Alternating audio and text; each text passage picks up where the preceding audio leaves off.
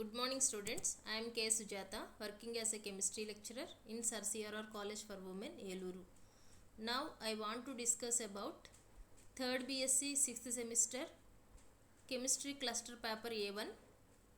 Title of the paper is Polymer Chemistry, Unit 3. Topic is glass transition temperature. Okay, glass transition temperature. It is one of the most important property which influence the many polymeric properties. Okay, so first of all, what is glass transition temperature? Okay, the temperature below which a polymer is hard and above which it is soft is called glass transition temperature. ఓకేనా. So అంటే ఏంటి అంటే ఒక temperature barrier ఉంటుంది. So ఆ temperature బ్యారియర్కి below అయితే polymer హార్డ్గా ఉంటుంది, above that temperature barrier polymer is soft. Okay, that polymer that temperature barrier is known as glass transition temperature. ఓకేనా. సో ఒక టెంపరేచర్ బ్యారియర్ తీసుకుంటే కనుక ఆ టెంపరేచర్ బ్యారియర్ కంటే తక్కువ టెంపరేచర్ ఉంటే కనుక పాలిమర్ గ్లాసీ స్టేట్లో ఉంటుంది, హార్డ్గా ఉంటుంది. అబౌవ్ దట్ టెంపరేచర్ పాలిమర్ సాఫ్ట్గా ఉంటుంది. ఆ టెంపరేచర్నే గ్లాస్ ట్రాన్సిషన్ టెంపరేచర్ అని అంటున్నాం. ఓకేనా. సో ఫర్ ఎగ్జాంపుల్ ఒక ఆర్డినరీ రబ్బర్ బాల్ తీసుకున్నాం అనుకోండి. ఆ ఆర్డినరీ రబ్బర్ బాల్ని బిలో 70 degrees సెంటీగ్రేడ్ దగ్గర, అంటే -70 degrees సెంటీగ్రేడ్ దగ్గర కూల్ చేసాము అనుకోండి. అప్పుడు ఆ ఆర్డినరీ రబ్బర్ బాల్ ఏమవుతుంది అంటే హార్డ్ అండ్ బ్రిటిల్గా అవుతుంది అనమాట. చాలా గట్టిగా, అలాగే బ్రిటిల్, మెరుస్తూ ఉంటుంది. దెన్ ఏమవుతుంది అంటే that it will break in to pieces like A glass ball falling on a hard surface. Okay, this is because there is a temperature boundary for almost all amorphous polymers and many crystalline polymers, only above which the substance remains soft, flexible and rubbery, and below which it becomes hard, brittle and glassy. ఓకేనా. So ordinary rubber ball మనం -70 degrees centigrade దగ్గర cool చేసినప్పుడు ఏమవుతుందంటే hard and బ్రిటిల్గా అవుతుంది. అలా ఉన్నప్పుడు suppose ఆ బాల్ని మనం సర్ఫేస్ మీద, హార్డ్ సర్ఫేస్ మీద వేసాము అంటే కనుక గ్లాస్ ఎలా అయితే పీసెస్గా కట్ అయిపోతుందో అలాగే ఆర్డినరీ రబ్బర్ బాల్ కూడా చిన్న చిన్న పీసెస్ లాగా కట్ అయిపోతుంది. ఓకేనా.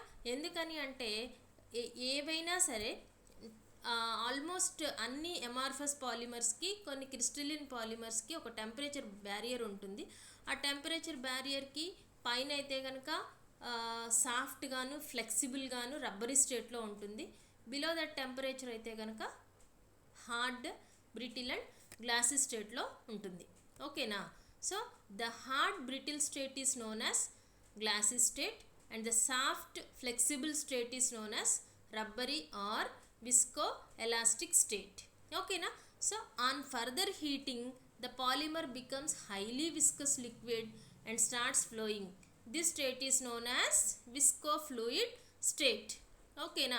రబ్బరీ స్టేట్ కంటే మనం టెంపరేచర్ని ఇంక్రీజ్ చేస్తే కనుక, అంటే కంటిన్యూస్గా హీట్ చేస్తూ ఉంటే ఆ పాలిమర్ ఏమవుతుందంటే హైలీ విస్కస్ లిక్విడ్గా చేంజ్ అయిపోయి ఫ్లోయింగ్ అనేది స్టార్ట్ అవుతుంది.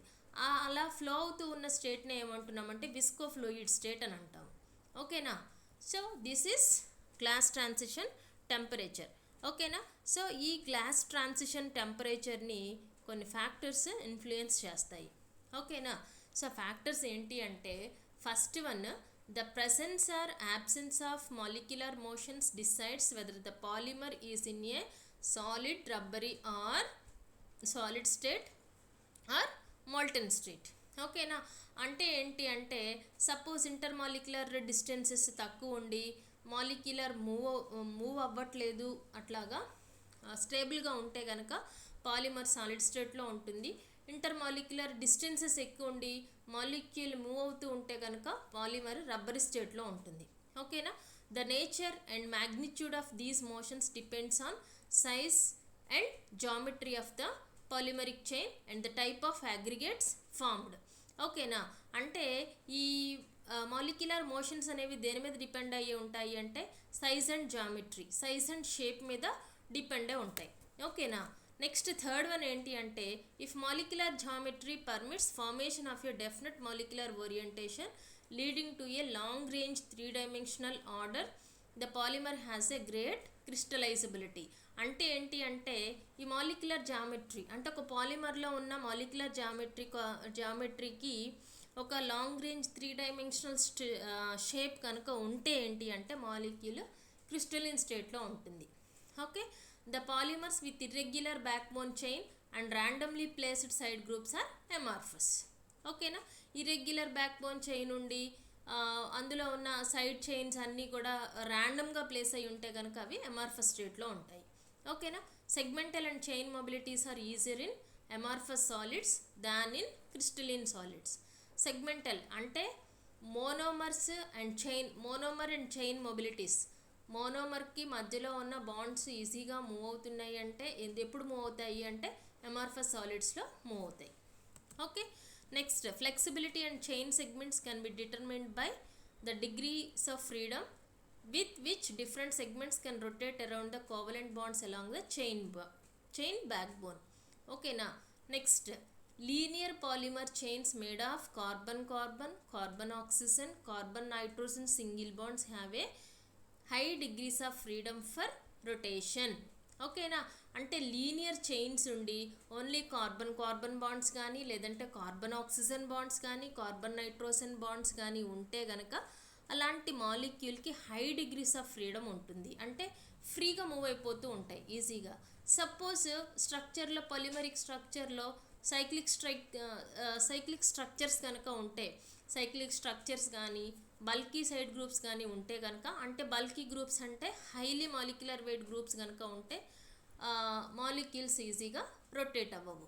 దస్ greater the freedom to rotate higher the segmental mobility and more flexible. ఓకేనా. The magnitude of the molecular aggregation can be similarly determined by their intermolecular forces. ఓకేనా. So molecular aggregation అనేది దేన్ని base చేసుకొని determine చేస్తాము అంటే intermolecular ఫోర్సెస్ని base చేసుకొని determine చేస్తాం. In hydrocarbon polymers the molecular aggregates are not much strong. ఓకేనా. ఓన్లీ హైడ్రోకార్బన్సే ఉంటాయి అంటే హైడ్రోజన్ కార్బన్ మాత్రమే ఉంటే కనుక మాలిక్యులర్ అగ్రిగేట్స్ స్ట్రాంగ్గా ఉండవు. ఓన్లీ కార్బన్స్ అండ్ హైడ్రోజన్స్ ఉంటాయి because of the fact that only van der Waals forces are operate on that neighboring chains. Hence these polymers the chain segments can separate easily. అంటే ఏంటి అంటే only carbons and hydrogens ఉన్నప్పుడు వాటిలో only వాండర్వాల్స్ ఫోర్సెసే ఉంటాయి కాబట్టి వాటిని ఈజీగా సపరేట్ చేయొచ్చు. ఓకేనా. Polymer chains having polar groups are held together more strongly by neighbouring dipoles and intermolecular hydrogen bondings. Hence they can easily combine with each other. Okay. Polymer చైన్స్లో dipoles కనుక ఉంటే అంటే hydrogen with more electronegative groups కనుక ఉంటే వాటి మధ్యలో strong attractions ఉంటాయి. ఓకేనా. అప్పుడు ఈజీగా ఒకదానితో ఒకటి కంబైండ్ అయిపోతూ ఉంటాయి. Hindrance to segmental rotation and intermolecular cohesive forces restrict the molecular and segmental motion and chains are held down to positions of minimum potential energy of the polymer which generally increases with increase in temperature. ఓకేనా. So segmental rotation and intermolecular cohesive forces కనుక ఉంటే molecular rotations అనేవి ఫ్రీగా ఉండవు. So అవి ఎలా increase అవుతాయి అంటే టెంపరేచర్ని కనుక ఇంక్రీజ్ చేస్తే మాలిక్యులర్ రొటేషన్స్ అనేవి ఫ్రీగా ఉంటాయి, ఇంక్రీజ్ అవుతాయి. Okay.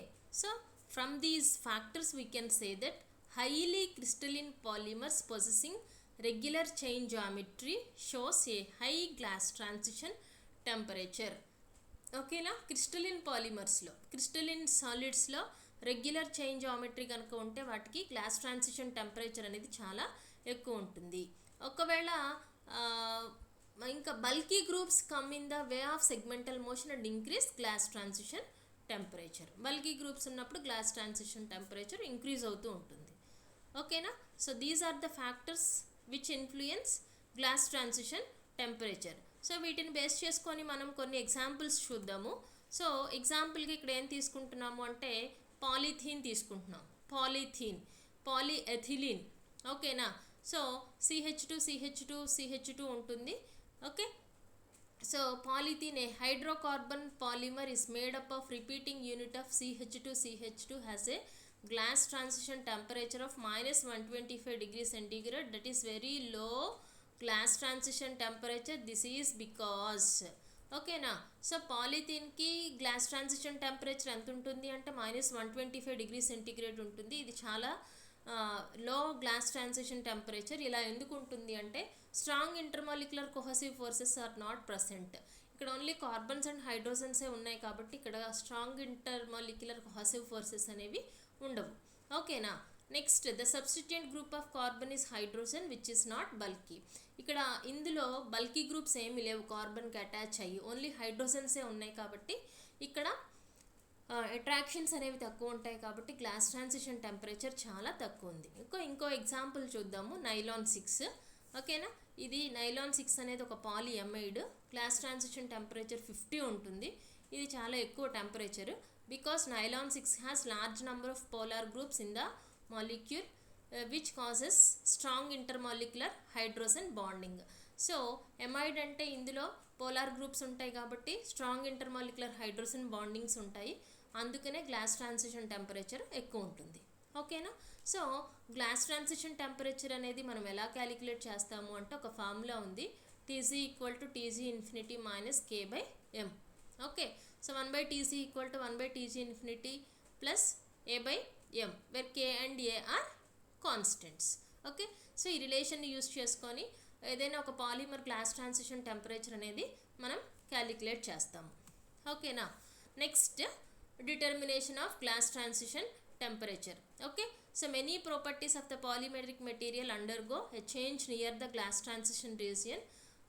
The coefficient of expansion and heat capacity are two such important properties. Okay na.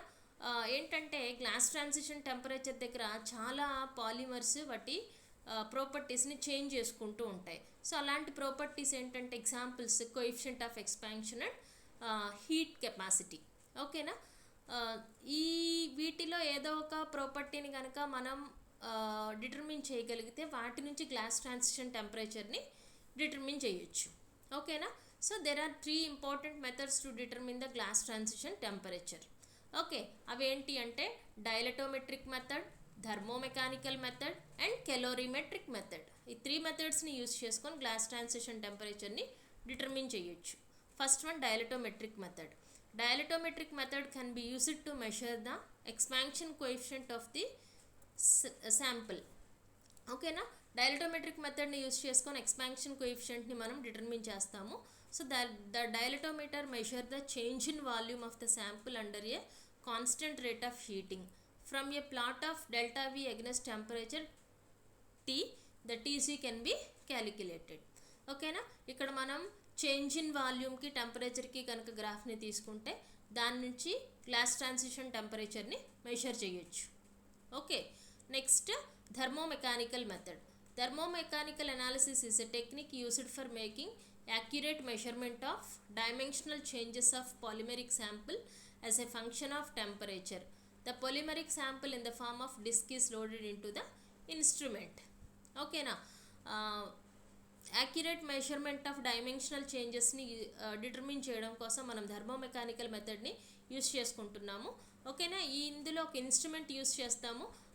ఆ ఇన్స్ట్రుమెంట్లోకి పాలిమరిక్ శాంపుల్ అనేది డిస్క్ ఫామ్లో లోడ్ చేస్తే మనం గ్లాస్ ట్రాన్సిషన్ టెంపరేచర్ని మెషర్ చేయొచ్చు. Okay. As the material expands with increase in temperature, the change in dimension delta L is directly recorded against temperature. The Tc value can be read directly from the plot where the expansion coefficient undergo sudden change. Okay na. So ఇక్కడ material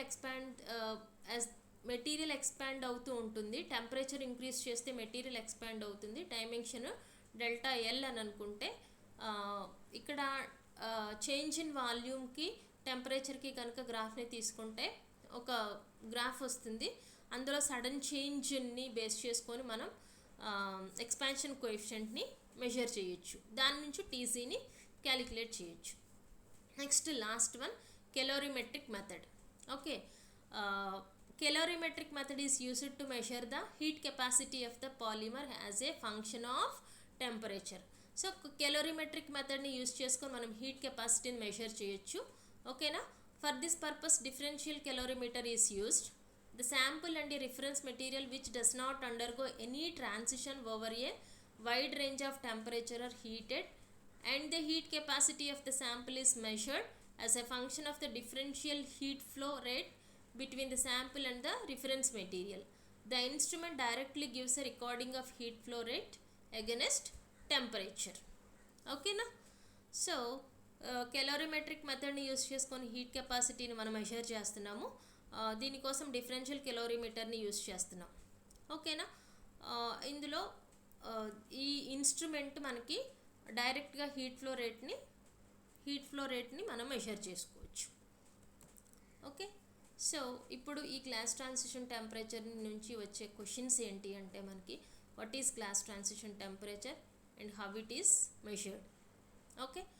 second one, what are the factors affecting glass transition temperature. Okay. So ఈ glass transition టెంపరేచర్ని మనం refer చేయాలి అంటే కనుక polymer science by BR Gowariker అనే text బుక్ని మనం రిఫర్ చేయొచ్చు. ఓకేనా. Thank you.